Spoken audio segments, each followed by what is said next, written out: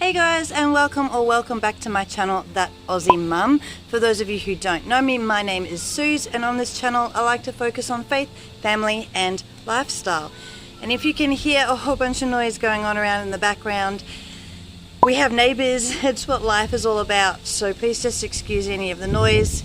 You'll also hear a lot of cicadas going on. They make a lot of racket at this time of the year. It is technically autumn now, being March, but it's still blazing hot right now. Like we're in the 30 degrees centigrade right now. It's really still summer, even though technically speaking we're in autumn. So in today's video I'm actually going to be talking about something that I've been asked about a lot online and in real life, and that is my 40-day sugar fast.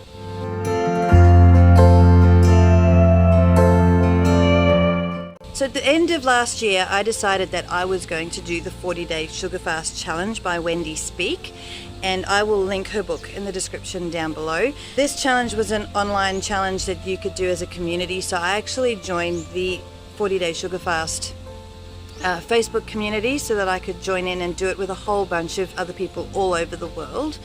And it started on the 4th of January. It is currently the 2nd of March, and I have actually just kept it going. So technically speaking, the fast finished on the 12th of February. I did have a cheat weekend after that and felt trash, so I decided to go right back on to no sugar. One of the main reasons I decided to quit sugar is I was feeling rubbish. I was mentally, emotionally, physically, spiritually feeling absolutely trash, and I really didn't want to feel that way anymore. I turned 40 at the end of this year, and I have honestly been addicted to sugar my entire life, to the point where I felt like I couldn't live without sugar. And I honestly think that quitting the sugar, even just for those 40 days, was the best decision I made for my body and my spiritual life in a really, really long time. So the whole, oh, hello puppy. Please excuse the Lula back here. So the other reason, multiple reasons, I felt like trash.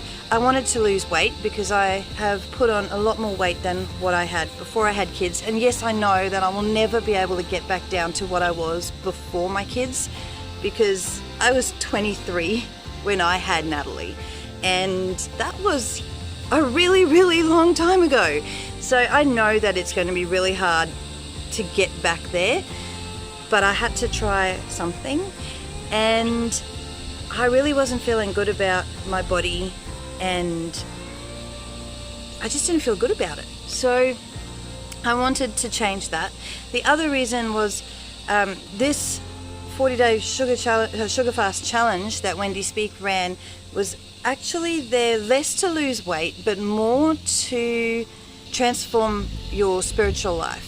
So the whole point of Wendy's book and her whole community is that every time you have a sugar craving during the challenge, instead of crumbling and going and grabbing that sweet snack or having that soft drink or having that chocolate or that ice cream or whatever it is that you seem to go running back to, is instead of doing that, run to Christ. So every time you felt a craving, it would be going to Jesus and asking Jesus to take away that craving and trying to replace the craving and the sugar with Jesus. And something that she said in the very beginning of her book is something that she felt that Jesus was saying to her: do you love sugar more than me? And when I read that, I actually felt like I'd been smacked between the eyes, because honestly I was at the point where, yeah, I was really loving sugar more than loving Jesus, and that is not how I want my life to be. So every time I got a craving during the 40-day fast, and even now, every time I get that craving, I turn to Christ. I open my Bible, I write out a prayer, I talk to God, and honestly, it has made such an incredible difference to my spiritual life. No, my problems are not all gone. In fact, I'd have to say that the enemy has probably dug a little bit deeper in trying to get me back onto that sugar. But I think in the end, Jesus is winning out on this. So I'm probably on day 60 something of this sugar fast now. It's actually becoming a lifestyle and I feel really good. I have not lost any weight at all. My weight has plateaued, like it has not moved, but I am losing centimeters. In 3 weeks, I lost 9 centimeters around my waist. That's huge. Like, my weight hasn't changed, but my shape is changing and I can see it and people around me can see it. My skin is doing so much better and people comment on it all the time.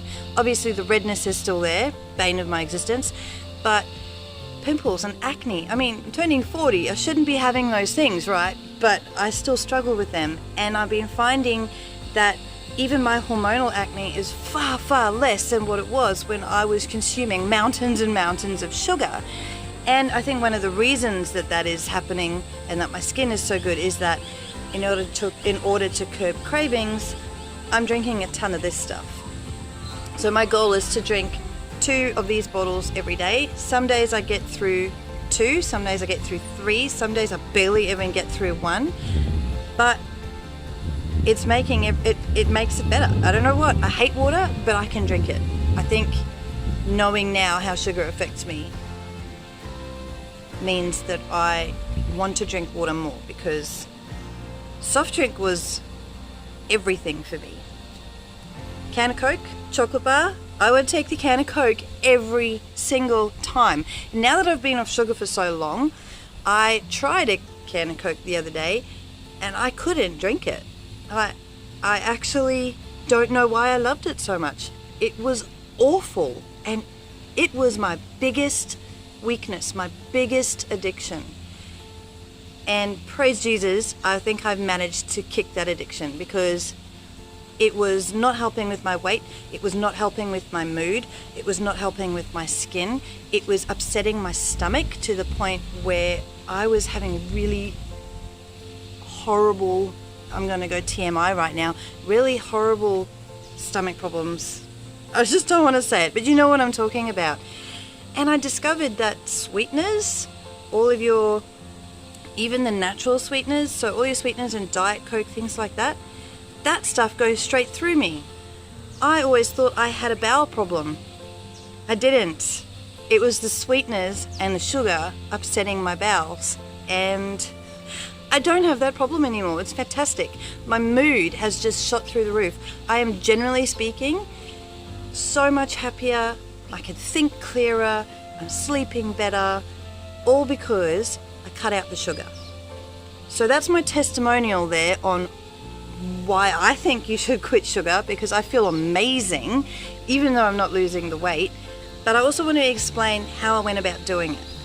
It wasn't easy, but for me it wasn't exactly particularly difficult either. So I knew that I had to start my 40 days on the 4th of January.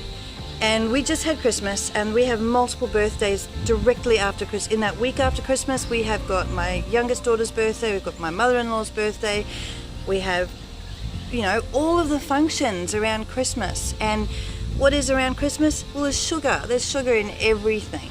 But I knew that on the 4th of January, I was going to have to cut sugar. And I knew that if I just kept going and went cold turkey on the 4th, I would not make it. So I planned that the week or so before the 4th, I slowly just started cutting things out. First thing I cut out was soft drink, and then slowly started cutting out the cakes and chocolates, slowly over that week. So that by the time I got to the 4th, I hadn't cut everything yet, but I'd cut most of it, which meant that even though I was ready for the cravings to be awful, I didn't get them. I didn't get the headaches. I didn't get the sleeplessness. I didn't get anything. So it was a little bit weird, because most people they get those withdrawal symptoms. I didn't have them, and that's because I slowly cut it. If you cold turkey cut sugar, you are really going to struggle. I mean, good on you for trying, but you are really going to struggle if you go cold turkey. I highly recommend you wean yourself off over a period of a week or two before you cut it all together. The other thing that helped is I didn't cut all sugar. I cut all processed sugar and I cut all sweeteners. So I still have maple syrup, 100% pure maple syrup. So not the maple flavored syrup that you can buy, which is a lot cheaper. All right, the pure maple syrup in the glass jar, 100%. I can still have that. I have that in my coffee, and I mix that in with my Greek yogurt as my desserts. And honestly, Greek yogurt with maple syrup is hella good, better than ice cream. Really, it really is so delicious. And coffee with maple syrup, I don't know how I did it before. So I have maple syrup, 100% pure maple syrup, and I have raw honey. So I'm allowed raw honey. I eat very little of it, and those are my main things if I want to sweeten my coffee, because I still can't drink coffee without it being sweet. And I also have fruit. So I can have any fruit, and I can have fruit juice with no added sugar. And something that I did discover to help me with my soft drink cravings is this stuff, sparkling apple juice. So you can buy it in the can here. It's not cheap when you buy it in the can, but you can also buy them in a bottle, as long as it says no added sugar and it has no sweeteners in it, because sweeteners trick your body, and your body recognizes those sweeteners as sugars, and they're actually so much worse for you than sugar could ever be. So honestly, if you can't quit sugar, don't go to sweeteners. They are so bad for you. Just don't do it. Occasionally during the sugar fast, I might have hit something in fast food or takeaway or something that had hidden sugar in it, or we might have had a cheat meal because it was a birthday, which I did. I think I did that once in the first 40 days. I did that once. My brother and my niece had their birthday dinner, and Natalie and I shared barbecue pork ribs. I highly regret that. There was so much sugar in the barbecue sauce that I instantly got a headache, and I instantly felt lethargic, and I felt like trash, and the next day I didn't feel great either. And so I made sure I stayed off the sugar from there again. And then I think this last weekend I had a barbecue bacon and egg burger for breakfast at Fire Brigade, because that's what they fed us. And again, the bun had that much sugar in it, the barbecue sauce had that much sugar in it, that I felt trash for the rest of the day.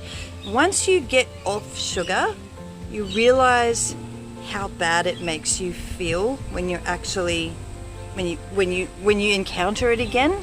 So I don't know if I will stay sugar free forever, but I definitely want to try and be as sugar free as possible, just because I know how much better it makes me feel mentally, physically, spiritually, emotionally, the whole lot. It really is a game changer. I can't say that enough. It's an absolute game changer. Highly recommend, but be smart about how you go ahead and do it. Take the time to do some research. Join a community that is going to do a sugar fast at a certain time. Don't do it on your own. Doing it on your own is not helpful. Let the people in your family know, let your friends know that you are doing a sugar fast. Most people will support you in that, and most people will help you with that and stop you from, binging or cheating or whatever. My family was fantastic. They didn't complain when I stopped bringing home ice cream from the shops. They didn't complain when I stopped making chocolates and cakes and desserts and things like that. And they have been eating what I've been eating for the most part, and I'm seeing a difference in them too. They're not as sugar-free as I am, and that's their choice. I can't force that on them. And then there have been some people, not in my family, but some people that I know, friends and colleagues, that have honestly tried to sabotage me, and I'm not actually sure why. But, deliberately eating chocolate and drinking soft drink in front of me, deliberately. Ooh, look what I've got, delicious. And I feel like, why? Why would you do that? But okay, whatever. At least I know I have the willpower to ignore you. So there are going to be people who will support you, and there are going to be people who are going to try and sabotage you. And you just have to deal, unfortunately. So find yourself a community, find yourself a program to follow, wean yourself off slowly. Don't just cut it out altogether in one hit. Don't go cold turkey. And tell the people that you love so that they can support you. And if they do try to start sabotaging you, you know what? Have a word. Have a courageous conversation and just say, look, this is really not helping. If you could be a little bit more supportive, that'd be great. And for the most part, people are going to go, oh, okay, all right, that's fair enough. So go ahead, give it a shot.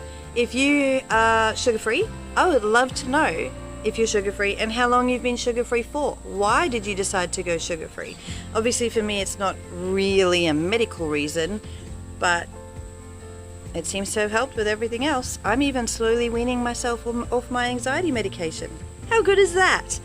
Not there yet, but I will get there. So, are you sugar-free? How long have you been sugar-free for? Do you want to be sugar-free? Are you going to give it a go? I'd love to know. If you want to go sugar-free, then feel free to contact me and I will give you all the information that I had, and I'm more than happy to support you in your endeavor to be sugar-free. Always happy to do that for you guys.